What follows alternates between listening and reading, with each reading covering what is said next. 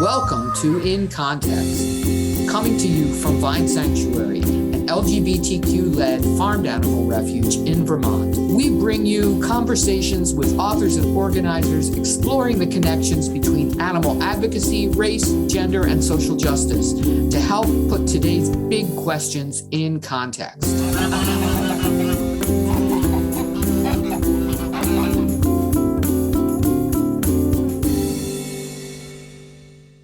Hi, welcome to In Context. I'm Patrice Jones, zooming to you from Vine Sanctuary, an LGBTQ-led farmed animal sanctuary in Springfield, Vermont. And I'm here with the always fabulous writer, thinker, and activist Christopher Sebastian. And nobody knows what we're going to say today, least of all us. Before we jump in to our conversation, I'm thinking about an animal at the sanctuary called Sharkey, who was a rooster rescued from cockfighting several years ago, and who I think you met, Christopher, when you visited the sanctuary. Like many survivors of that form of animal abuse, Sharkey didn't want to be involved in any kind of drama, and he made it really clear that he didn't want to go to sleep in the coops every night. He liked to spend time by himself, far from the barn. So we made him his own little apartment right by the Airstream trailer where I was living. And he had his own little house, Sharkey's Place. He was a proud homeowner. And then Rocky started coming around courting Sharkey and trying to get Sharkey's romantic attention. Sharkey was not actually interested in Rocky, but he responded in exactly the way that you would want people to respond to polite but unwanted overtures, which is he was like, I'm not feeling it, but let's be friends. So he and Rocky were friends. Some ducks and geese were friends. And then came a time when a duckling was abandoned by her mother, and Sharkey invited her to move into his house with her aunt. And so for quite a few months, there was this little house in which a rooster rescued from cockfighting, an abandoned duckling, and her aunt all lived together with Sharkey and the duck co-parenting the duckling. Several months after that, the ducks moved over to another coop, and Sharkey stayed where he was for a while. And then he was like, you know what? I think I want to follow them. So then he moved to where they were, when he got to meet hens and was pretty excited about that. And I think he came to my mind because we're supposed to talk about queering animal liberation today. And while I'm not entirely sure of Sharkey's sexual orientation, his approach to relationships was definitely queer. He was ready to have his queer family and his queer circle of friends and be fabulously himself, despite the fact that he started off life in a form of animal abuse that was designed to force him to enact toxic masculinity. And he just was not interested in toxic masculinity, which brings me to our guest, Christopher Sebastian. Sebastian, I'm always so excited to see you. Welcome to the show. Thank you so much for having me here. And you are someone who absolutely has rejected toxic masculinity. And I've heard you talk about that in many facets as a Black gay man who is devoted to the self-determination and freedom of animals. So I want to invite you to share any of your thoughts about that before we delve into some of the other things that we might want to talk about today. Oh man, toxic masculinity is one of those things that does come up for me over and over again, simply because like when you look at me by sheer presentation, I'm not like an overtly masculine man, like, all of the traditional markers of like, of masculinity. And it's always been like that for me. So it's always been a struggle as someone who kind of sits like a little femme of center, like, with like this world that really upholds and uplifts toxic masculinity. Because like, I don't fit into any of those boxes. And it's really difficult for me to navigate the world. Or let me rephrase that. It had been difficult for me to navigate the world like as my authentic self, until I made a conscious decision that like I belong here, and inviting other people to like make that decision for themselves as well in my life. So yeah, like that had been really hard for me. And I won't lie that it's still hard at times right now. Like it does have its challenges. It's always challenging to live as your authentic self every day, but I have a lot of support that I'm deeply, deeply grateful for.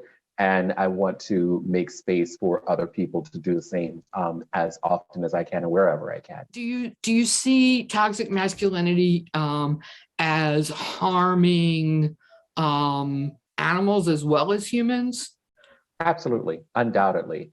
Like, like I never, ever, ever get tired of talking about like one of my points of entry into like the world of animal activism being through the work of Carol Adams. And like, I think her book is like over 25 years old now, The Sexual Politics of Meat. And when I read that, a lot of light bulbs went off for me and really started me down a path of interrogating for myself, what like, what an animal friendly world would look like, if we didn't like exploit other animals and like treat them as if they're objects that are here for our like, for our use, and for our enjoyment. And like so yeah, like that the toxic masculinity clearly has like, has had an impact on like our animal friends and like, and family members. Like even in the story that you were just telling about Sharkey, who I am not at all like upset got on the property ladder before I did, with his lovely home. But like, like the fact that like, the fact that toxic masculinity, like, has defined what relationships, what family relationships are supposed to look like. And the exclusion of other animals from what a quote real family is. Like, a family is defined as a man, a woman, 2.4 children, or whatever the decimal percentage is of like, how many children is ideal. And like, for so many people, queer people, straight people, like, what, our families are chosen, our families look significantly different.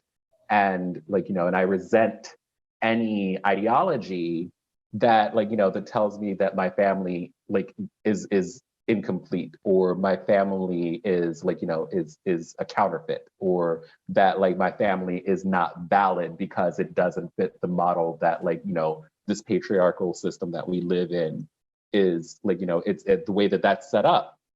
And so like, like I do fight against that. And like, and I challenge anyone to tell me that like, that my non-human family members are not my family members, to discount that, to discount the grief that we experience when they pass on from this world, like, to discount like, the celebrations that we have, the real and meaningful relationships that we have with one another. And that's just one of the many ways that like, that toxic masculinity like, intrudes on our personal lives and on a subconscious level, because most of the time we're not even thinking about it. And then I hear a story like Sharkey's, where he has adopted this entire large family, like, of multiple species, no less. And that's like, that's beautiful to me. It was among the most beautiful family groupings I've ever had the pleasure of. I guess I was part of his extended family, so participating in. But I'm thinking about, as you say that, I'm thinking about how sometimes even animal advocates don't quite understand, when we say we're interested in queering animal liberation, what we mean by queering. And because sometimes people think, well, that's only about like including LGBTQ plus people, or thinking specifically about the intersections between homophobia and transphobia and speciesism, all of which are included in what I think about of its queering animal liberation. But I think of this word queering as larger than that, and also thinking about queering what it means to be human, queering what we mean by a family. And so many people, regardless of their sexual orientation, as you say, have a much queerer conception of family than the heteronormative norm. And so I was so happy that you brought that up.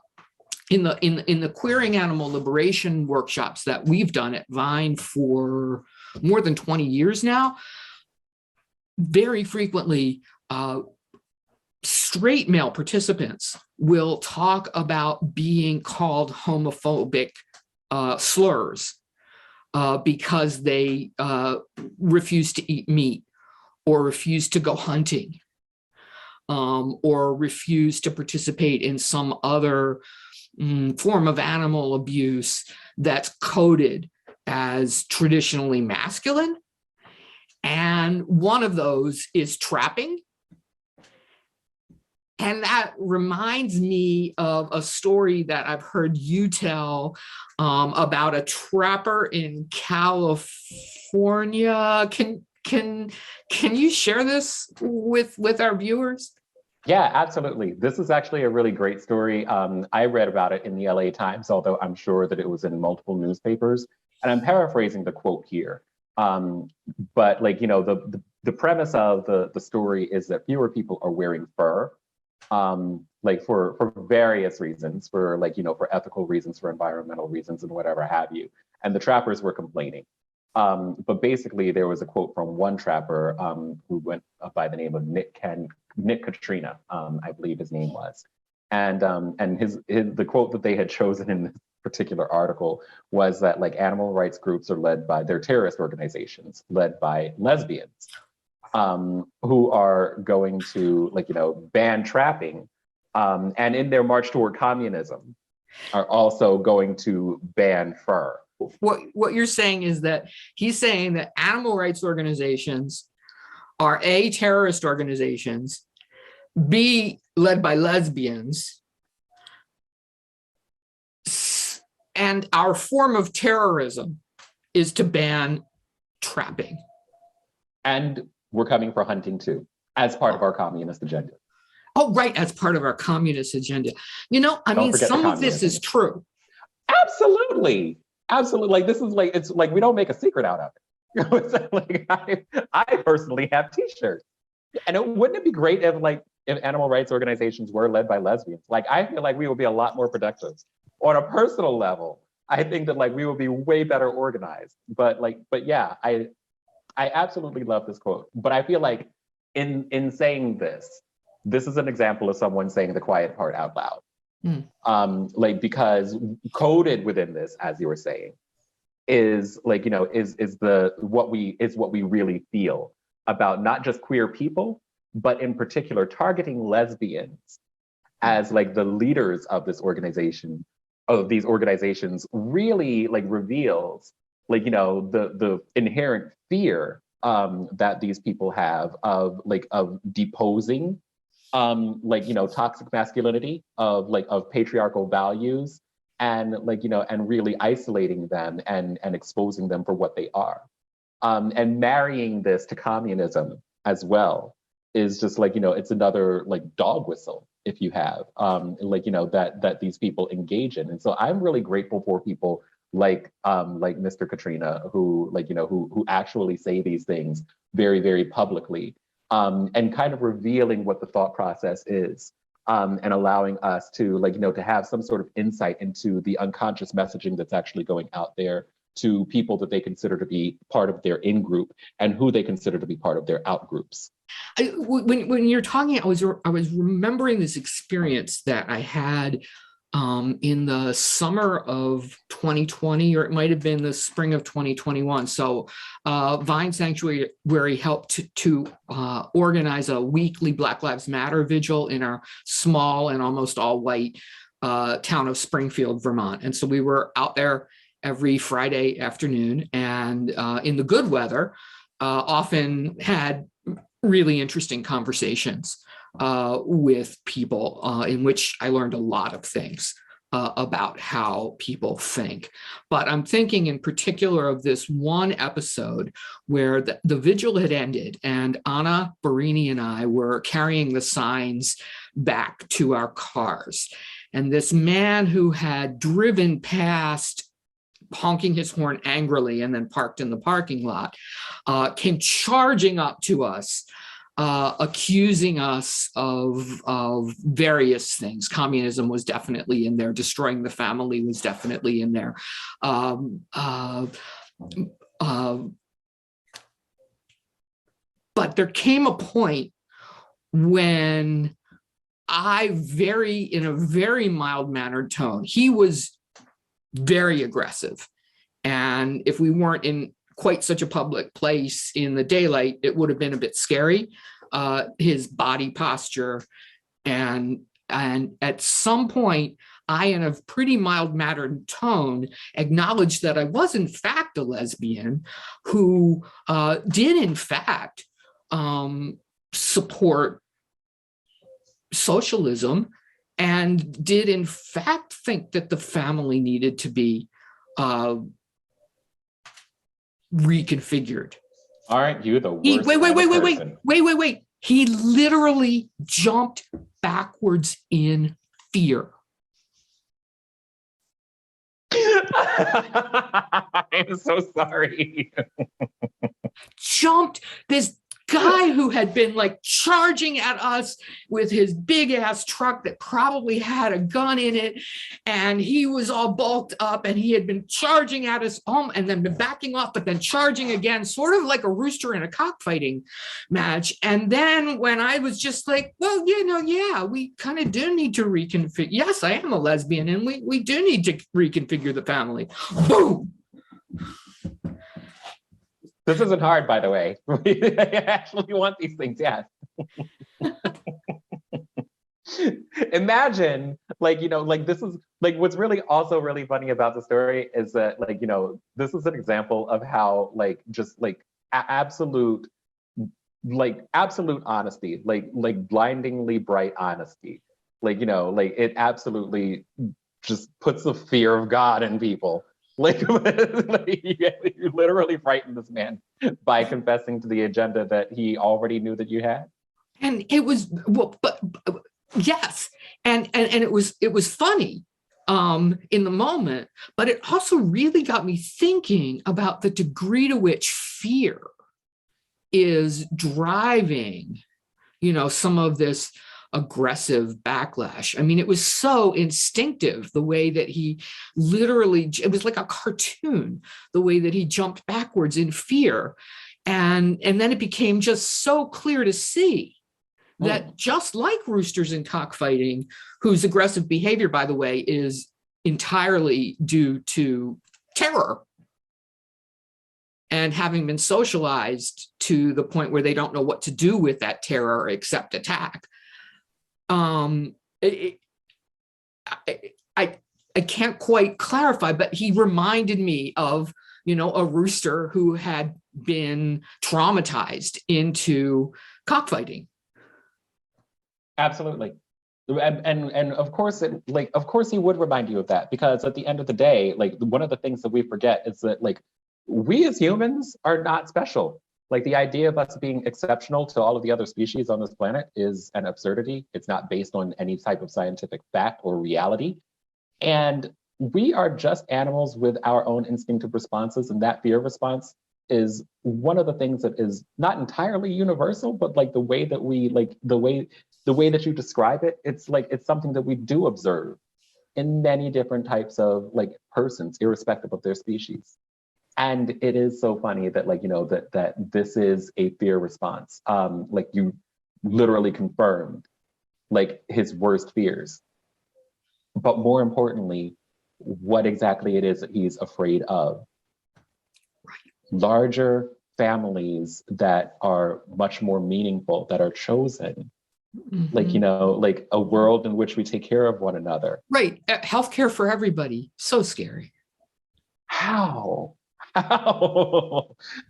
And again, it's revealing. But I guess, and so I don't want to laugh at it too much, even though, given the degree to which he aggressed me, then I feel like it's fair to laugh at him. But still, and what you just said reminds me that we humans, we're not the supreme beings who we think we are. A huge piece of the human supremacy ideology is this idea that we're the rational animal, and that that the things we think up in our heads are what drive our behaviors. When in fact it's an intermingling of emotion and reason, and if anything, emotion is a stronger driver of behavior than reason. But I notice among many activists, not just in animal advocacy, but particularly in animal advocacy, activists crafting their strategies as though humans were rational animals. Oh yeah, like that. That's one of the things that I end up speaking about so frequently these days, especially like looking at the way that animal activism is done across social media. One of the things that we have most rewarded, I would say, like on social media, is this style of activism that overvalues logic, the logic bros, if you will, as they're called on the internet, and and we're going to reason our way to liberation by having these conversations with people. And once people have perceived all of the things that I've had to say, and they have internalized all of the knowledge that I, as the speaker, have conferred upon them, then they'll go vegan, they'll become activists, they will advocate for animals, they'll do all of the things. When in reality, that is just a reproduction. It's a reproduction of the missionary style activism that we see in evangelical Christianity, which is largely a white construction, a patriarchal construction. And I know Breeze Harper has talked about that. And secondly, it is actually not that effective. It doesn't work that way. By sheer numbers, even if we had converted every single person that we spoke to, and I do hate the word conversion, we would still not outnumber the number of people that are born into a world that is violently bigoted towards other animals every single minute. And it actually doesn't work that way. The inertia of what is familiar to us always I shouldn't say always, but it oftentimes drags us back into that violent animal bigotry. And and it is that reasoning, when in fact most, I would say, most types of domination are driven by power. They're driven by emotion. We are not rational beings that we proclaim to be, and that is the unfortunate reality. For me, another piece of queering animal liberation is approaching the emotion side. Of course, we want to say logical things when that's appropriate, especially if you're talking to someone who seems like they're going to be motivated to bring themselves into some sort of logical consistency. But I feel that it's probably going to be more effective to inspire people to reach for what they want. And everybody wants relationships, good relationships, regardless of sexuality, we want queer relationships. We want relationships that are beyond the binaries that have been imposed on us. We want to be part of the rich world of interrelationships, or at least our bodies want that.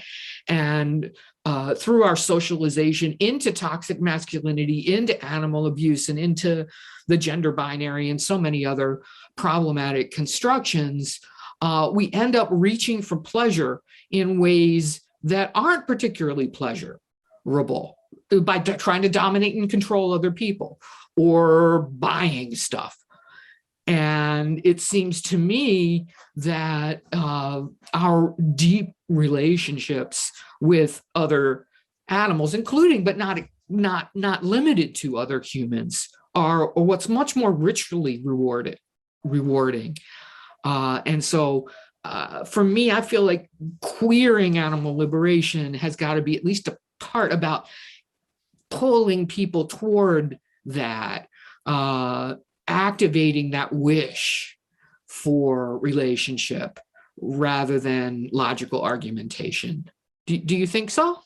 100% yes. 100% yes. Like, I would absolutely say that, like, you know, like conversations, like, how do I put this? This is something that, like, has really troubled me on a number of levels for a long time. When we talk about, like, what is effective activism or what is effective advocacy, so many times we are talking about, like, you know, like, being reasonable, and trying to stay away from an emotional place. And that, on a personal level, that has been really hard for me.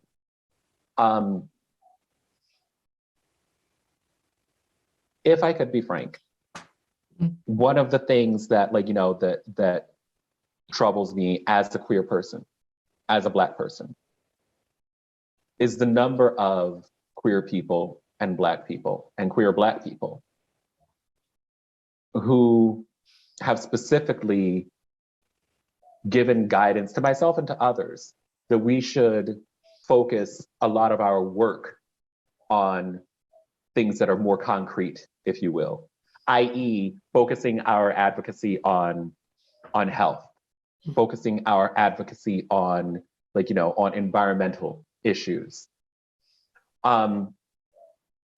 And that's been a harm for me. That's been a harm for me because, like, I have internalized that advice and I tried to follow that advice, and largely it has been ineffective.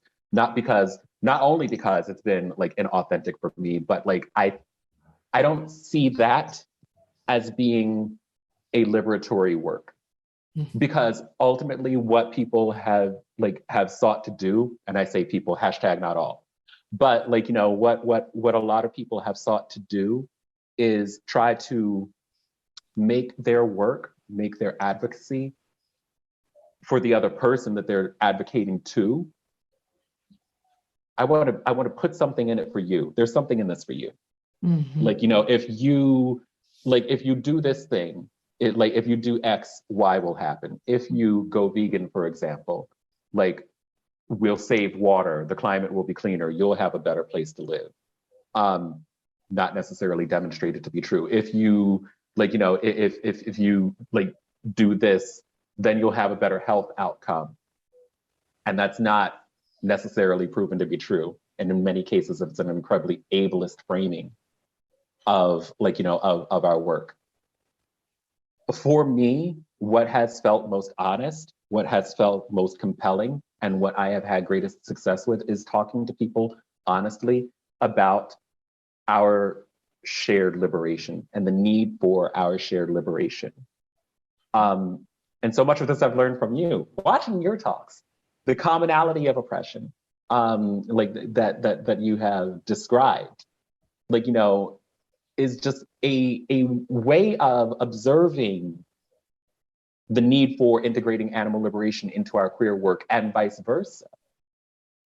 It's been, like, that has been revolutionary for me, because you're talking about, like, you know, not what's in it for you, but what's in it for us together. Mm-hmm. That is so empowering to me. That is so queer to me.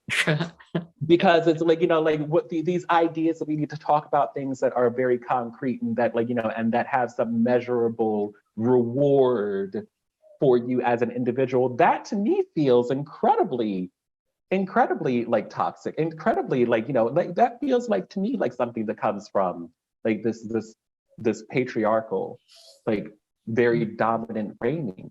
Because like what is it about like, someone else's liberation project? Why do I need to benefit from that? Solidarity is not about that, not for me anyway. So I'm very grateful for that understanding that I got from you and from others that have been doing exactly that work. It has really like it has very much cleared me up. It has freed me in many ways. Well, that's so good to hear, because I like the idea of you free, and feeling free. My feeling is a little mixed. I feel like I feel like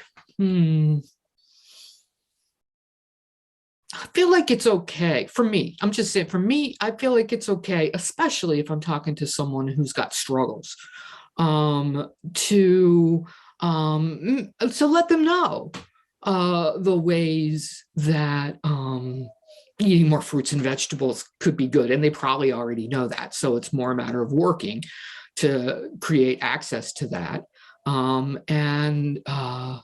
I feel like it's okay to talk about climate and to talk about all these things, as long as it's within this liberatory framework that you talk about.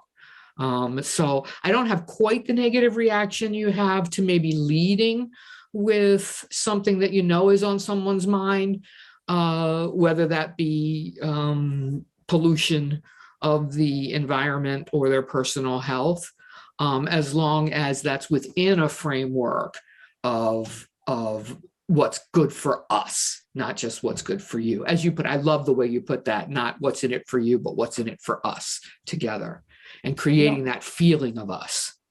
Yeah, no, like that's like, and that is profoundly true. That is profoundly true. I think that like where, like, there are a couple of things that operate like, in my mind when I'm going through this process. Number one, like when I never, oh boy, this is the part where I start getting into trouble, right? I rarely am doing like, quote, animal advocacy, if you will, to marginalized people who are like, who are living hand to mouth, if you will, who are in like dire circumstances. The work that I do, like, within those communities is for them. I'm not going leafleting in the hood, if you will. And so for me, like, this isn't something that actually comes up in my work, although I know that it does for others. And the other thing is that, like, like what you had said about access is so important. Because if I am having conversations with, like, with people who don't have the level of privilege that I've got, like, my conversation is about how can I make your life easier, while also like making sure that like we are minimizing your participation in this exploitative system. And this is why like I so strongly support your work, the work of like of Food Empowerment Project, the work of like food justice organizations that are actively like, creating that access. Because like food justice is an adjacent issue that we absolutely need to address. But like, but I'm never going to people and making it like, and making like animal advocacy like the framework that I'm hanging their food justice around, if you will. But I am integrating that liberation into the work that I'm doing in those communities. And I just want to say one more thing about like climate. Like, I was actually working on a piece that I was writing just last week, and I came across the statistic that like, that was talking about us collectively staying within our climate goals, of like staying under 1.5 points, 1.5 degrees Celsius, like, or in order to avoid the worst effects of climate change in the future, which we're rapidly running out of time to do. And one of the statistics that I came across was the fact that like 50% of like, of people right now, including people in the USA, which we consider a quote first world nation, if you will, which like all of that is problematic language unto itself. But like 50% of people in like, you know, in Western countries are already living within their climate budget for those projections. It's the top 10%.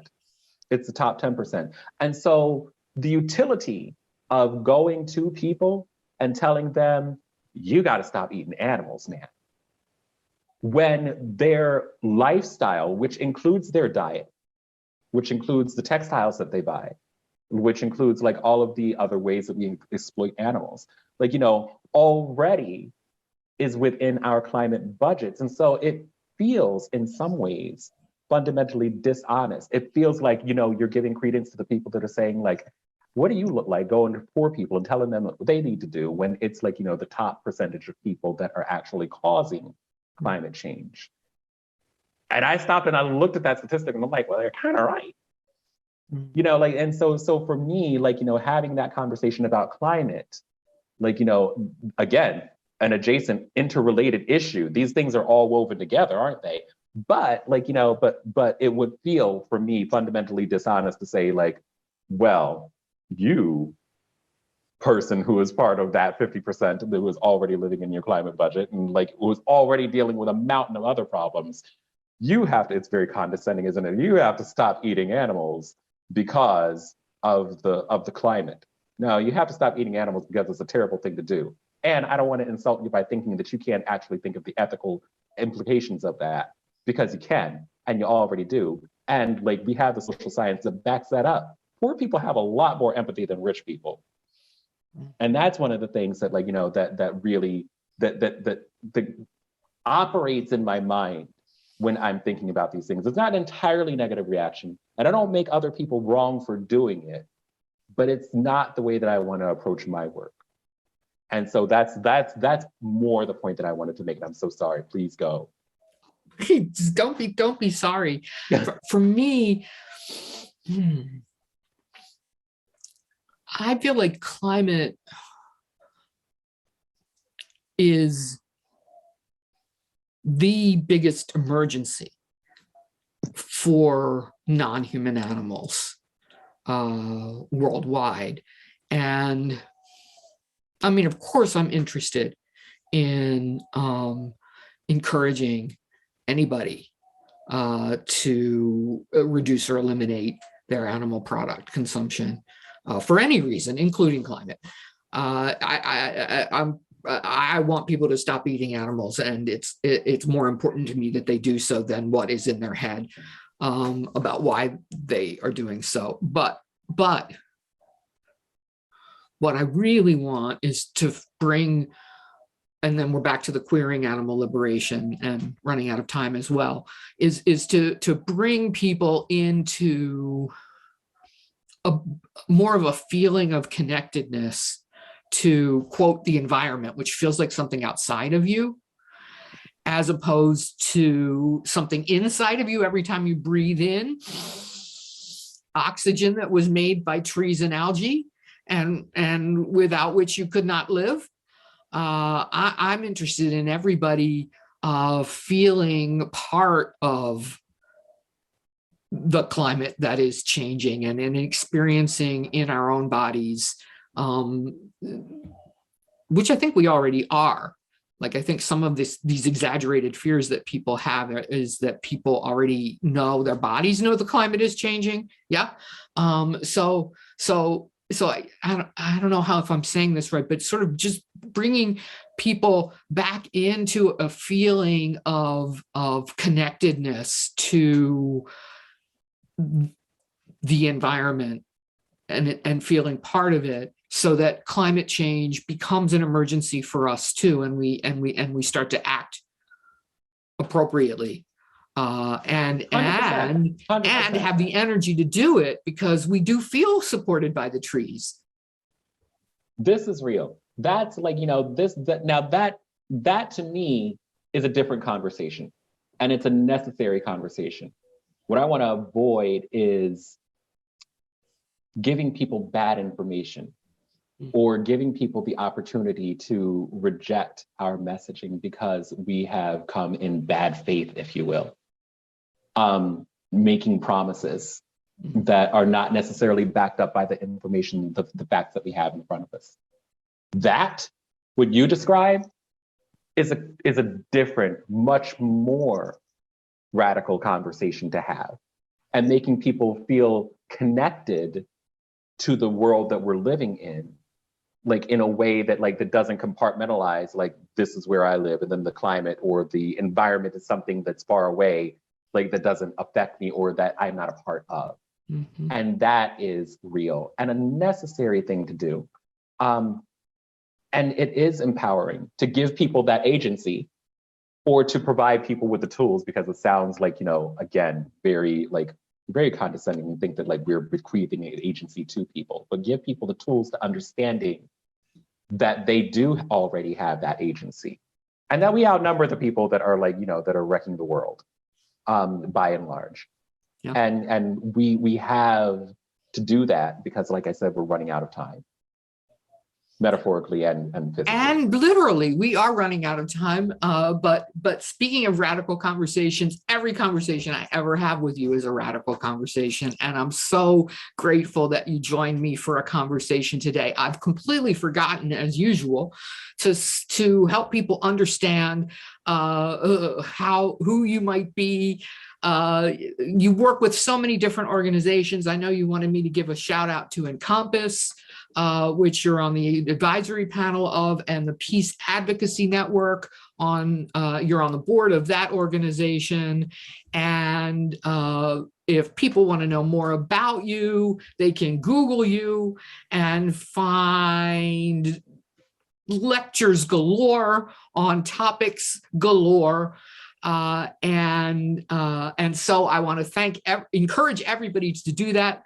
I've been speaking with Christopher Sebastian, and if you Google Christopher Sebastian, you will find some things.